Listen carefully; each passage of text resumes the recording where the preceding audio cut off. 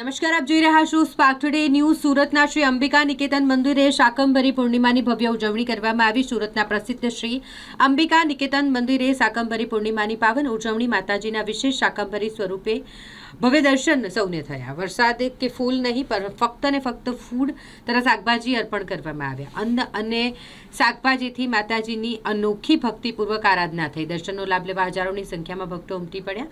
મંદિર પરિસરમાં ભક્તિભર્યો માહોલ છવાયો હતો. મંદિર વ્યવસ્થાપન તરફથી સુવ્યવસ્થિત દર્શન થાય તે માટેની અને સુરક્ષા માટેની પણ વ્યવસ્થા કરવામાં આવી હતી. મારું નામ પુરોહિત ધવલકુમાર ભરતભાઈ. અંબાજી મંદિરની અંદર પૂજારી તરીકેની સેવા આપું છું. આજે કઈ હિસાબનો કાર્યક્રમ છે ને આજે માતાજીને અટકૂટ ધરાવવામાં આવે છે? જી બિલકુલ.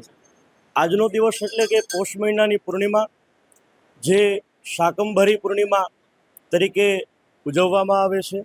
આજના દિવસે માં અંબાના વિવિધ ભક્તો છે એ મંદિરની અંદર શાક છે એનો પ્રસાદ છે એ ધરાવે છે. એની પાછળની દંતકથા એવી છે કે હજારો વર્ષ પૂર્વે જ્યારે પૃથ્વી ઉપર દુષ્કાળ પડેલો હતો ત્યારે માં જગતજનની અંબાના શરીરમાંથી, અંગોમાંથી વિવિધ વનસ્પતિઓ, વૃક્ષો, ફળ, ફ્રૂટ, શાકભાજી ઇત્યાદિ બધી વસ્તુઓ છે એ પ્રગટ થઈ અને પૃથ્વીનું મા જગતજનની અંબાએ ભરણ પોષણ કર્યું.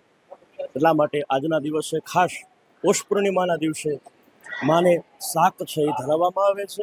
આજે અંબિકા નિકેતનની અંદર ભવ્યાતિ ભવ્ય જે પોષ પૂર્ણિમાનો ઉત્સવ છે એને ઉજવવામાં આવે છે. દરેક ભાવિક ભક્તોને ખાસ નમ્ર વિનંતી છે કે આજના દિવસે માના આ દર્શનનો અચૂક લાભ લે.